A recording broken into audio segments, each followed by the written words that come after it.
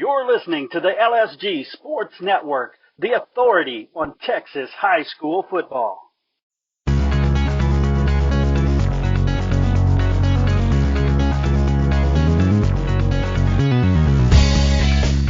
Welcome to the Texas High School Football Coaches Show on Lone Star Gridiron. I'm Chris Daly, and it's my belief that the men that make up the fraternity of Texas high school football coaches are much more than a bunch of thick-necked guys with whistles. They do so much more than teach technique and the X's and O's of football. They take young boys and change them into young men of character. They get kids to believe in themselves, to trust others, and to put others ahead of themselves. Texas high school football coaches are unique in how they impact the lives of these athletes as well as the generations those kids touch. In this show, I sit down with a different Texas high school football coach each time and learn about them. Not their record, not their on-field accomplishments, but who they are and what they believe and what it means to be part of the greatest sport in the greatest state.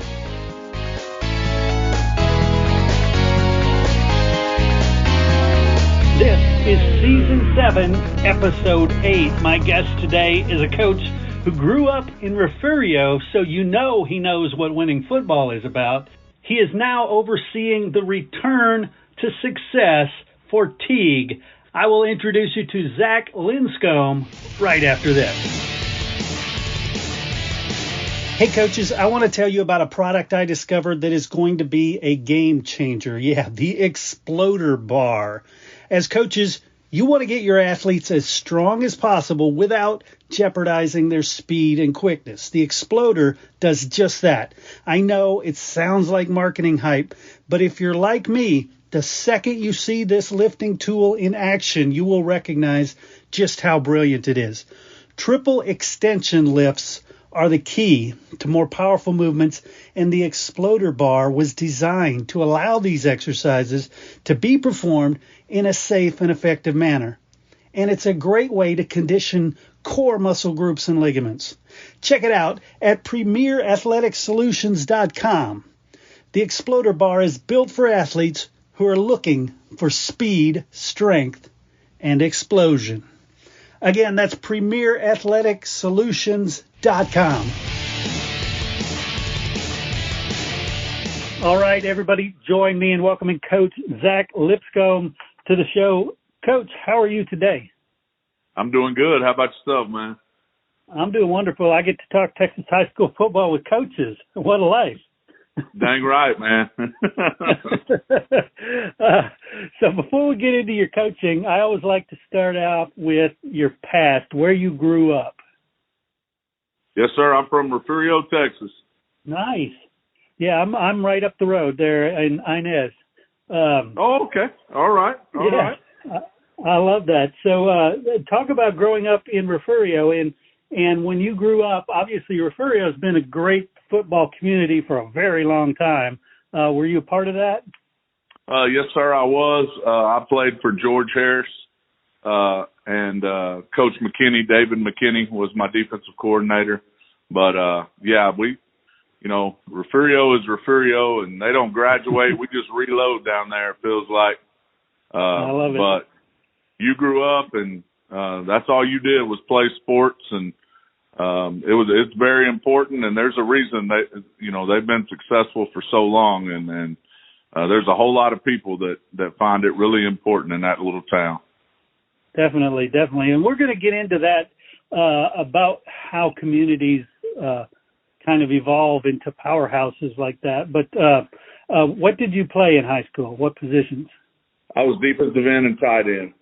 Nice. And I graduated in 97. I'm dating myself a little bit, but I graduated in 97.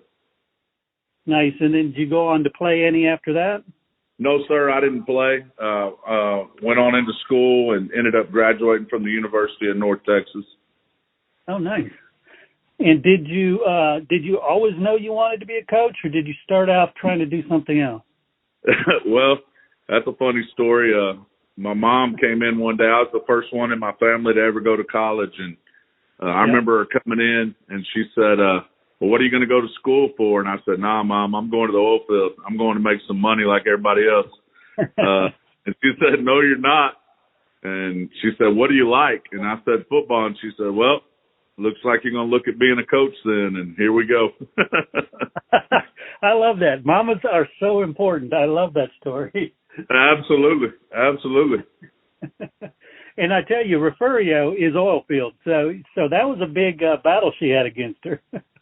Oh, yeah. Oh, yeah. And I'll tell you, David McKinney was my defensive coordinator. And, man, he influenced me more than I ever realized. And as I got into the business and started my career, I found myself reflecting back on some of the things and times that we had. And, it just ended up becoming an integral part of my path and my story.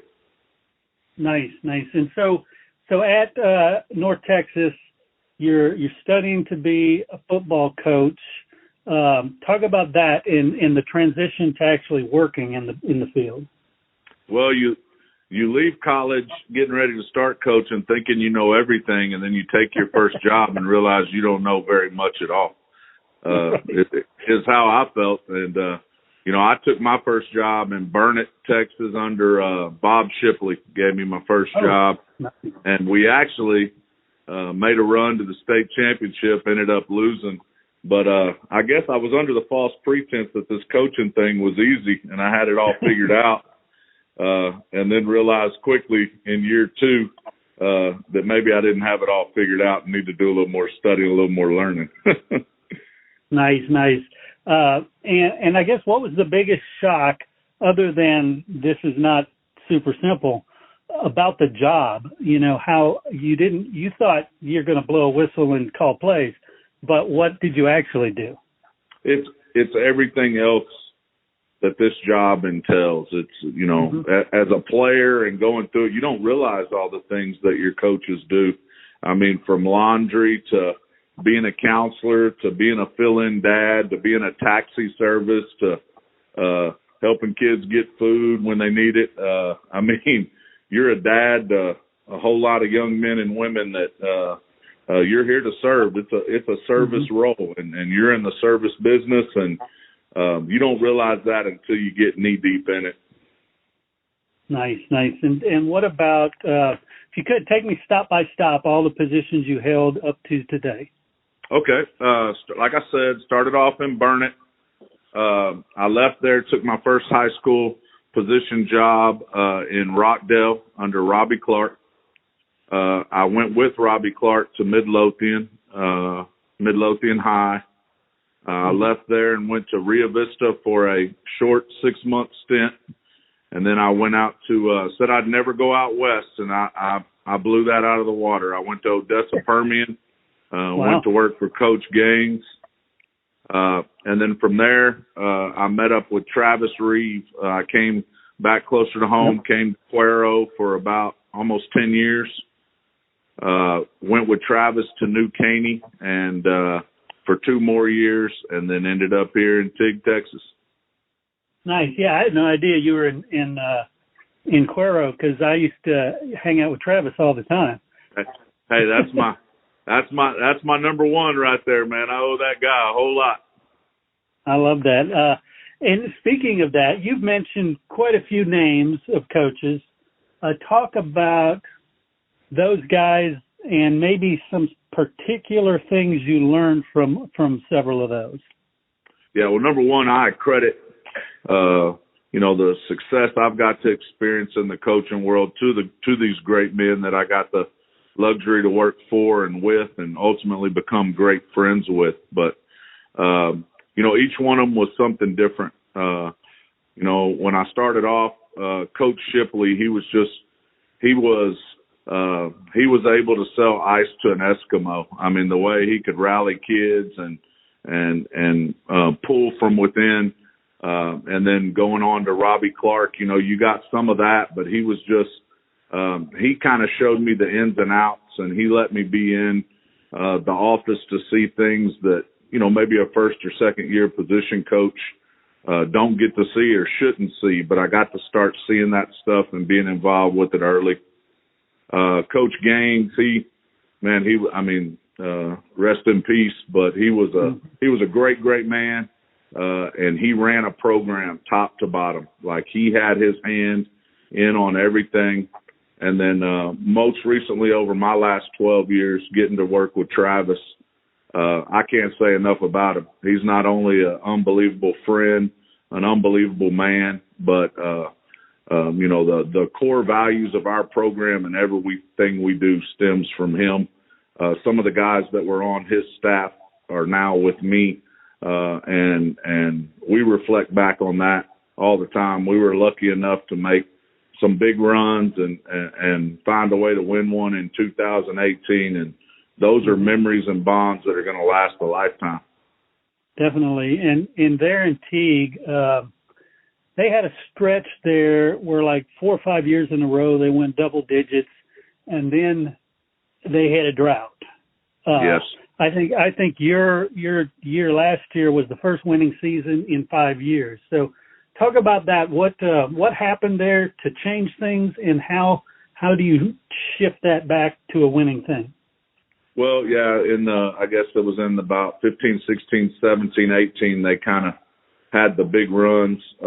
But, not every small town reloads like Refugio, like we were talking about. I mean, it is cyclical to some degree. But, I think also what we found once we got in here and we started peeling some of the layers back was, and Coach O will tell you, he's been great in my transition. Coach Osborne here before me. But, it might have been time for some new blood and a new way to do things and a little culture change. And I think that's the process we've gone through over the last year. Our kids are hard-nosed, hard-working kids, and they've bought into everything we're selling. And we've just told them that we have a proven plan, that it's proven to work, and you don't have to show up and think. You just got to show up and follow the plan, and they've done an unbelievable job of buying into that. One of the things I was the most impressed with is when we went from Cuero to New Caney as a staff, we kind of lost our seniors. They were Coach Pennington's kids, and they didn't transition well. And we kind of lost them in that first year. And here, we didn't lose seniors, we gained seniors. And I thought that was a testament to the kids and just wanting to buy into maybe a little different way of doing things. Excellent. And what about the community? We mentioned earlier, Refugio, Cuero is another great community. How do you get the community behind you and interested in winning football games?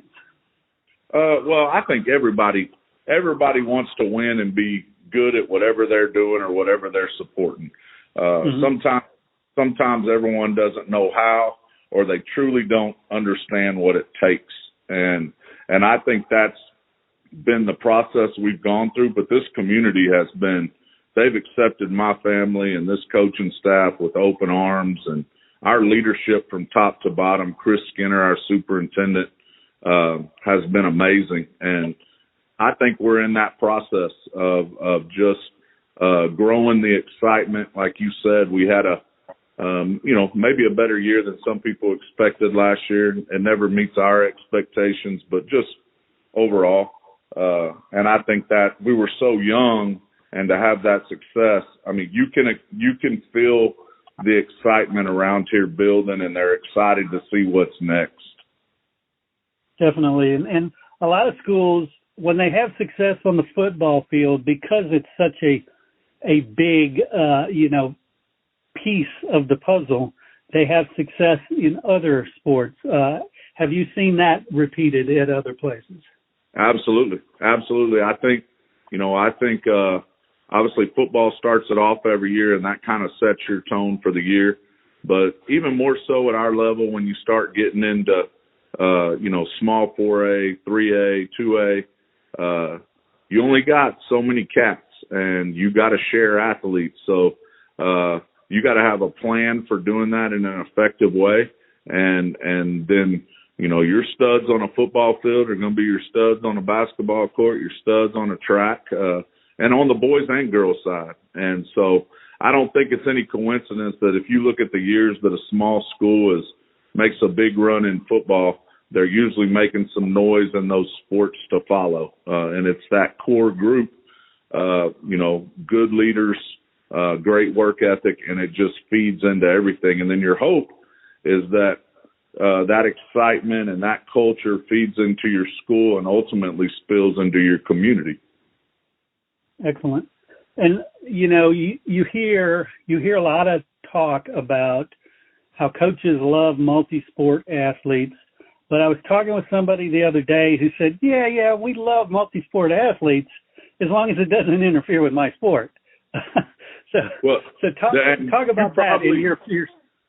Yeah, you probably run into that some, and people, that may be one of those things they try to not talk about. Right. But no, I think it's about having a plan, that it doesn't, everybody's going to have to sacrifice a little bit. And maybe I didn't understand it quite as well when I was in a sport or two versus being an athletic director and having to think of the whole picture and see the whole picture. But you got to have a plan to still, get your weight room time, to get your conditioning, your speed work, but still be able to work the skills of those sports. And our staff here, man, I've been lucky enough to hire and keep some really good coaches that care about kids, that have bought into that mindset, and we share kids, and it may not be the way that would work for everybody, but we've made it work for us and how we do things here. Right on. And you mentioned caring for kids. At the end of the day, it's all about that. If you could give me a story or two, because you've been in this long enough to have kids that are now adults and have kids, and talk about some of those relationships that have developed. Yeah. Of course, as coaches, we can all go back and tell a million stories, but I do want to say something about that. You asked me what I took from each coach I work with, and when we start talking about building relationships, I got to go back to Travis Reeve, because he taught me how to build real meaningful relationships with kids. And we had been in Cuero for a while, and we had made some, quarterfinal, semifinal runs, and we never could get over the hump. And finally he came in one day, and he said, he set us down, me and the other coordinator, and he's like, we always know how to run the ISO. We always know how to stop the zone. Why is that? I'm like, Coach, because we practice. He said, absolutely. He said, we're intentional in what we do. He said, we're fixing to start sacrificing some practice time, some football time, to start building intentional relationships with kids that matter beyond the game of football or basketball or whatever it may be. And at the time, I didn't fully get it, but once we instituted a plan, it was absolutely phenomenal. And the level of relationships we've been able to build with our athletes since that point is mind-blowing. But I got, as far as an individual kid story, I don't even know if I could pull out just one. I mean, there's some great ones. We had a kid, I think he just now finished at Tarleton, but his name is Zach Hopkins. His brother, DeAnthony Hopkins, was a stud running back for us in Cuero. Well, Zach came to us, and Zach was a dang good football player in his own right, but he didn't play his freshman year. Couldn't get his grades right, just struggling. Kind of had disappeared off the map in his brother's shadow, and not a real quiet, reserved kid. Well, by his senior year, I not only think he was all-state for us on both sides of the ball. I know he won the regional final for us in a torrential downpour against Navarro. I'll never forget that game. But he went on to have Hey, I want to talk about one of our sponsors, Ready Sports Drink. Football star Aaron Donald always brings something extra to his all-pro performances. Ready Sports Drink. It's science in a bottle. Ready Sports Drink features premium hydration with 3 dominant electrolytes, not just 1 or 2. Ready Sports Drink.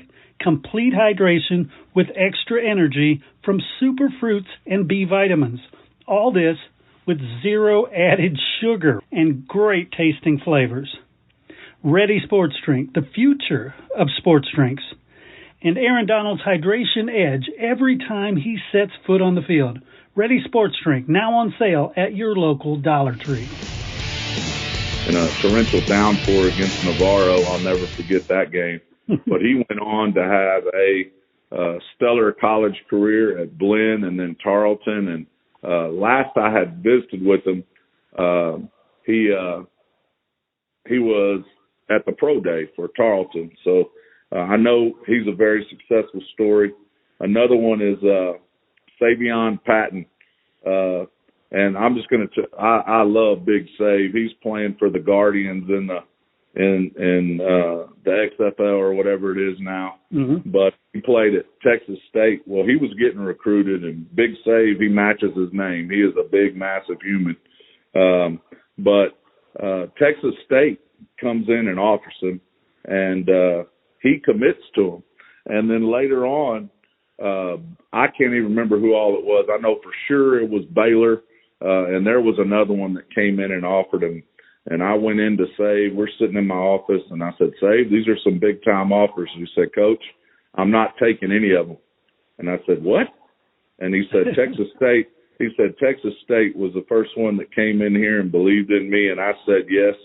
And I'm sticking to them, and I'm going to give them everything I got. And nice. You just don't see a lot of that anymore. And for him to say that and go do what he did there, that says a whole lot about his character. Right on. And so, shifting gears a little bit, kids, when you're in a winning program and you've got a player like Jordan Whittington, right?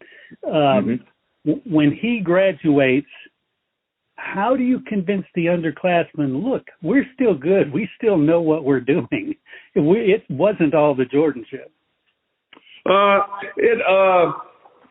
It's a learning process. I mean,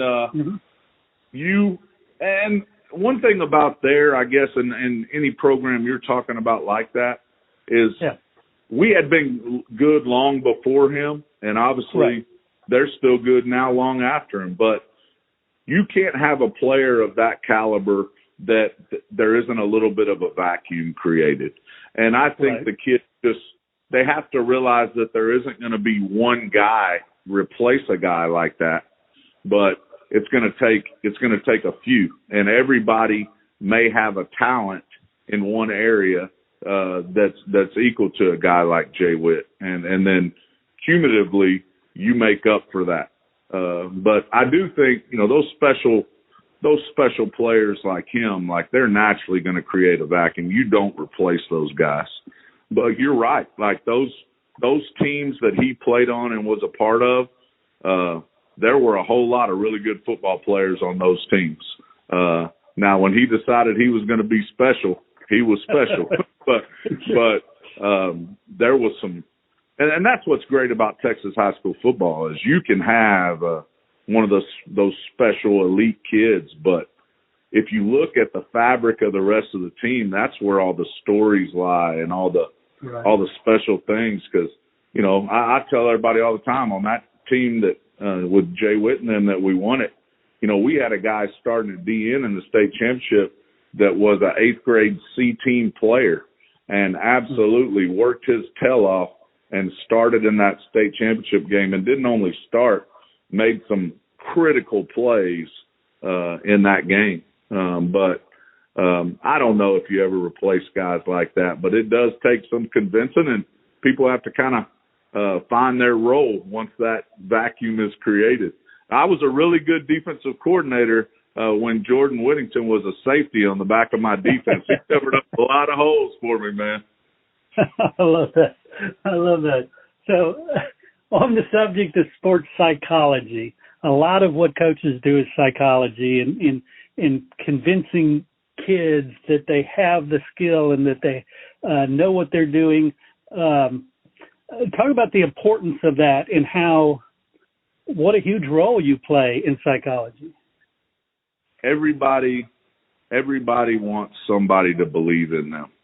And when kids when kids know that you believe in them and you believe that you wouldn't give them a task that you didn't feel they were capable of handling, and not only handling, succeeding and exceeding expectations in.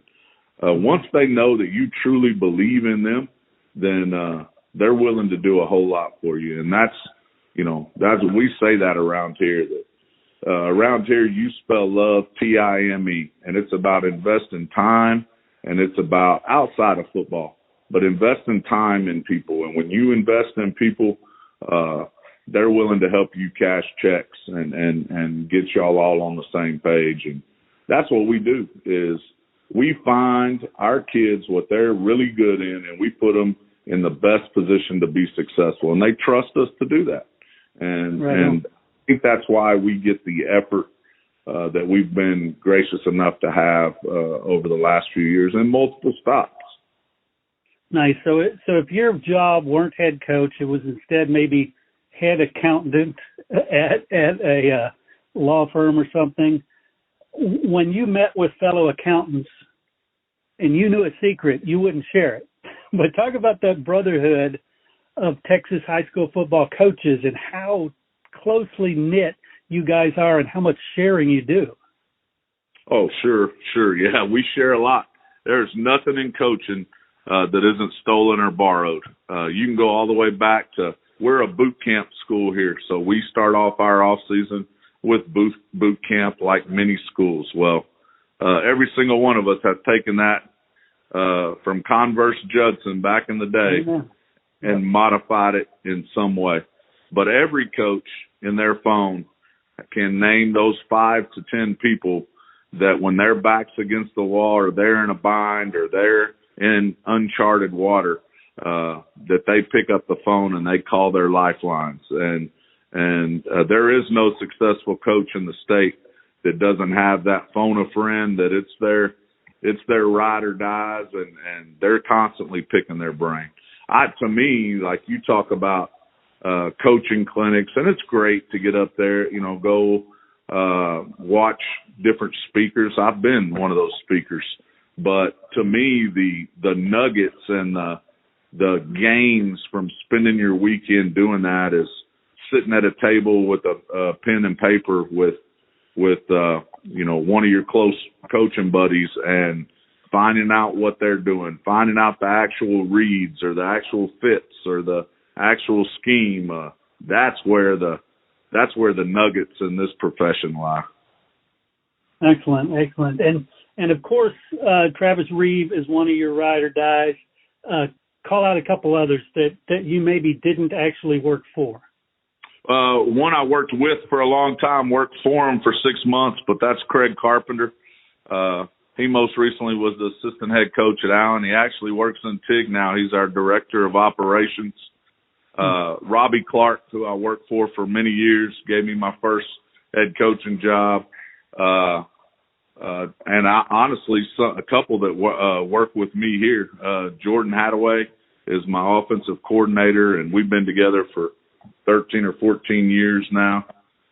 But those guys, and Coach Gaines would be one of them, had we not lost him too early. But you could always pick up the phone and bend his ear on something. So I use those guys every chance I get.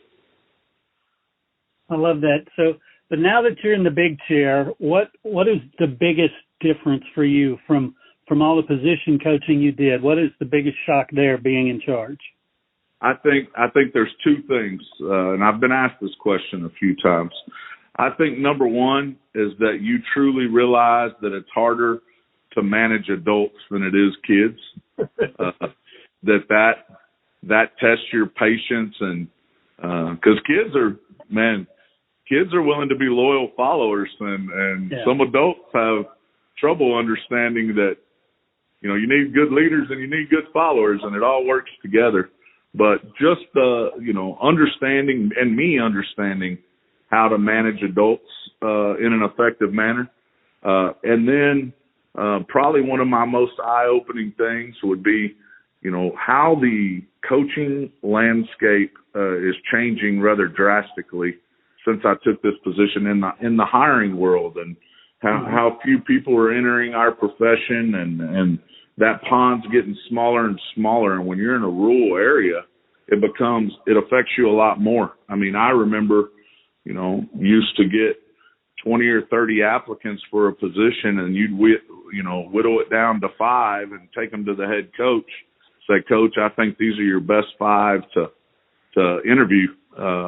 And then you were interviewing them. And now you get 1 or 2 in the door, and they're interviewing you much more than you're interviewing them. So some of those dynamics have changed rather rapidly.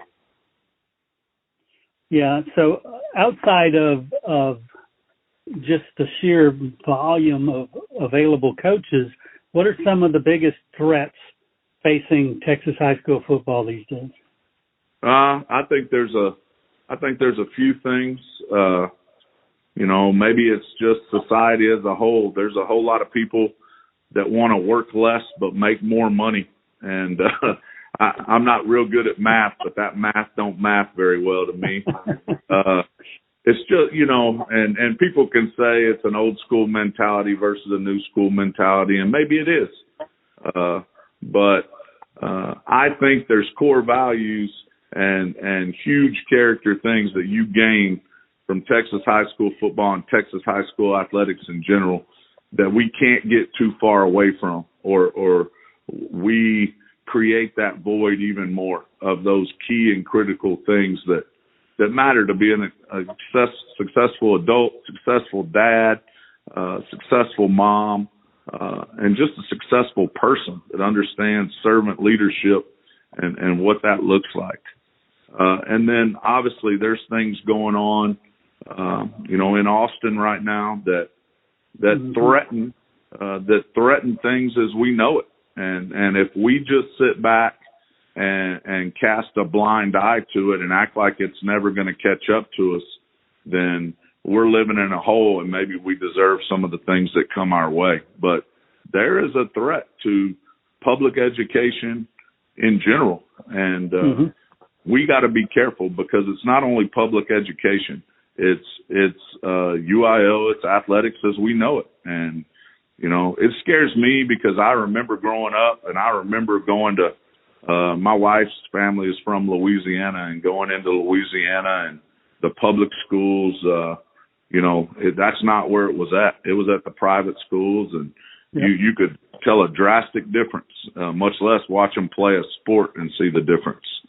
And I don't know, that's a big fear I have with some of the things that have come across our radar over the last year and a half, 2 years. Yeah, definitely. When you have John Curtis Christian in Louisiana winning 25 straight state championships, that tells you it's a little off. Yeah, that's right. And every school that was coming over here to play a Texas school, they were a private school, not a public school. Right on.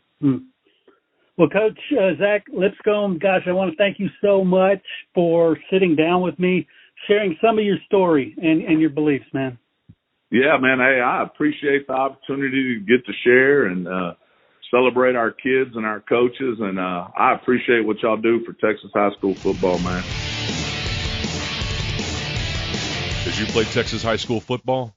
If you did, you're part of an elite group, the Brotherhood of Texas high school football.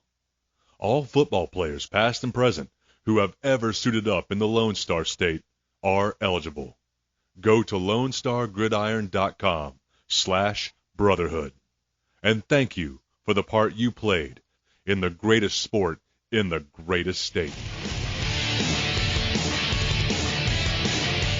Until next time, I'm Chris Daly, and we'll see you at the game. Hey, if you're involved in your team's fundraising, get this. I was recently introduced to Success Fund, and I was blown away by what it can do. If you're not already using Success Fund to manage your fundraising, you'll really want to check this out. SuccessFund.com. That's Success, Fund.com. SuccessFund.com. It's not a specific fundraiser, no. Now, Success Fund is a platform with free tools that makes it easy to run whatever fundraiser you're already planning. Sponsorships, donations, camps, clinics, whatever it is, Success Fund makes it 10 times easier. Plus, schools use it to accept Venmo, which is otherwise not an option. Because so many thousands of fundraisers have been through their system, these guys know what works and what doesn't. And they just put out a free high school football fundraising guide. Yeah, you can go and download the guide for free at successfund.com/football. It takes 2 seconds to grab it. Again, you want to be sure to check these guys out. But at the very least, go grab this free football fundraising guide at successfund.com/football.